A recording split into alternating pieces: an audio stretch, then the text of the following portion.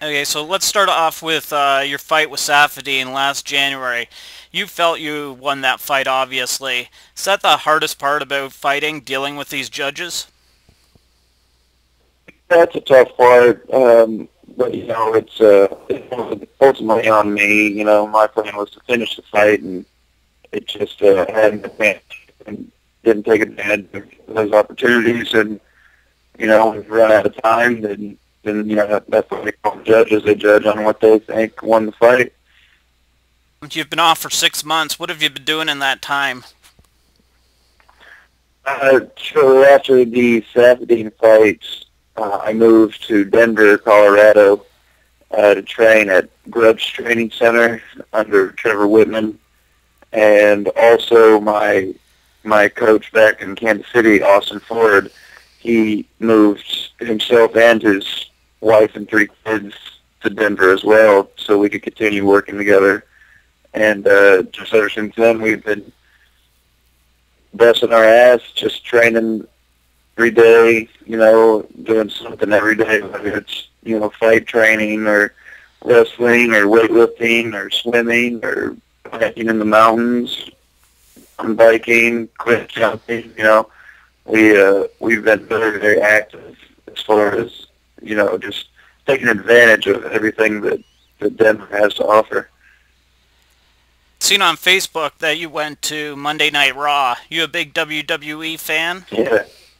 Yeah, I am. I was a fan as a kid growing up, and I've been following it pretty closely the last couple of years. Got back into it. And, me and my coach Austin, we went to Monday Night Raw at the Pesky Center, and it was pretty cool. I've never been to a Raw. I've been to a couple of house shows, but it was pretty cool, man. We had a really good time. Cool. So who's your favorite wrestler to watch?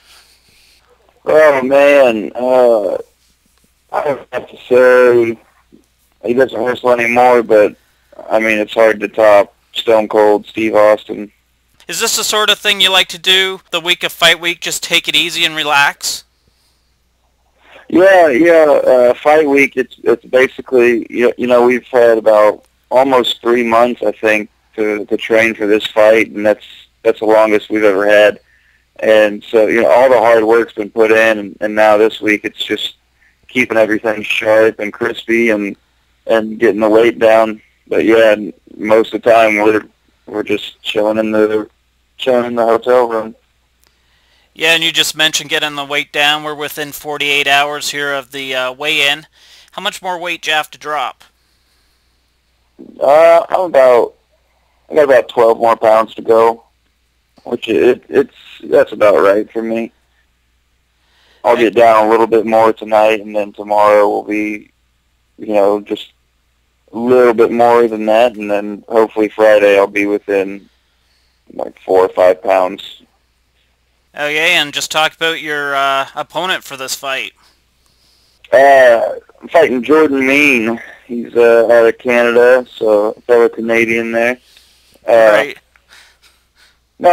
not too much about him that people don't know. He's a striker, stand-up fighter. We have the same record and all that stuff, but that's about where the similarities end, because I think my striking is many levels above his, and we're gonna prove that. We're gonna try and make him look like an amateur right off the bat, just with stuff he's never seen before, and stuff a lot of people have never seen before, just as far as footwork and head movement and stuff like that, and just unorthodox, or some people would call it the wrong way to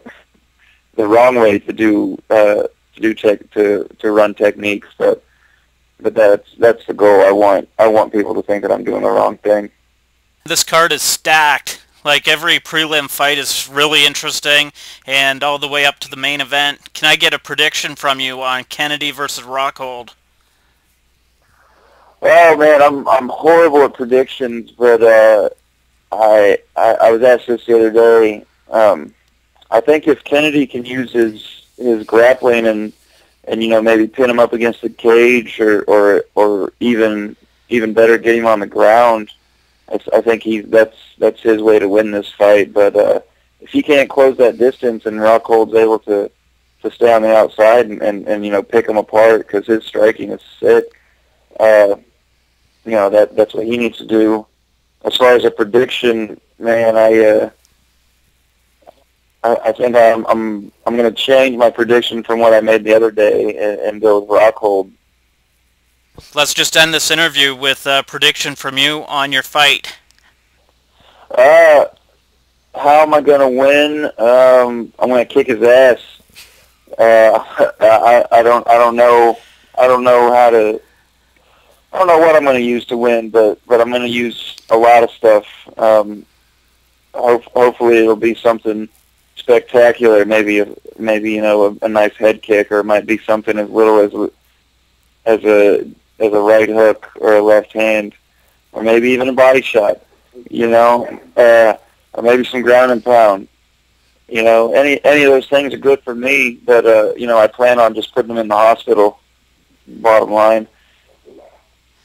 Yeah, a lot of guys don't seem to be using the body shot, but when they go to it seems to finish fights, eh?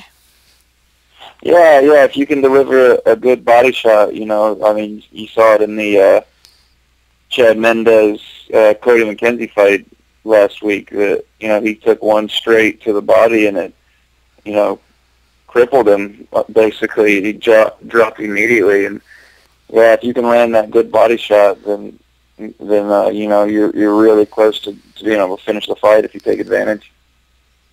Okay, thanks for doing this, man. Any sponsors you'd like to thank, or throw out your Facebook or Twitter?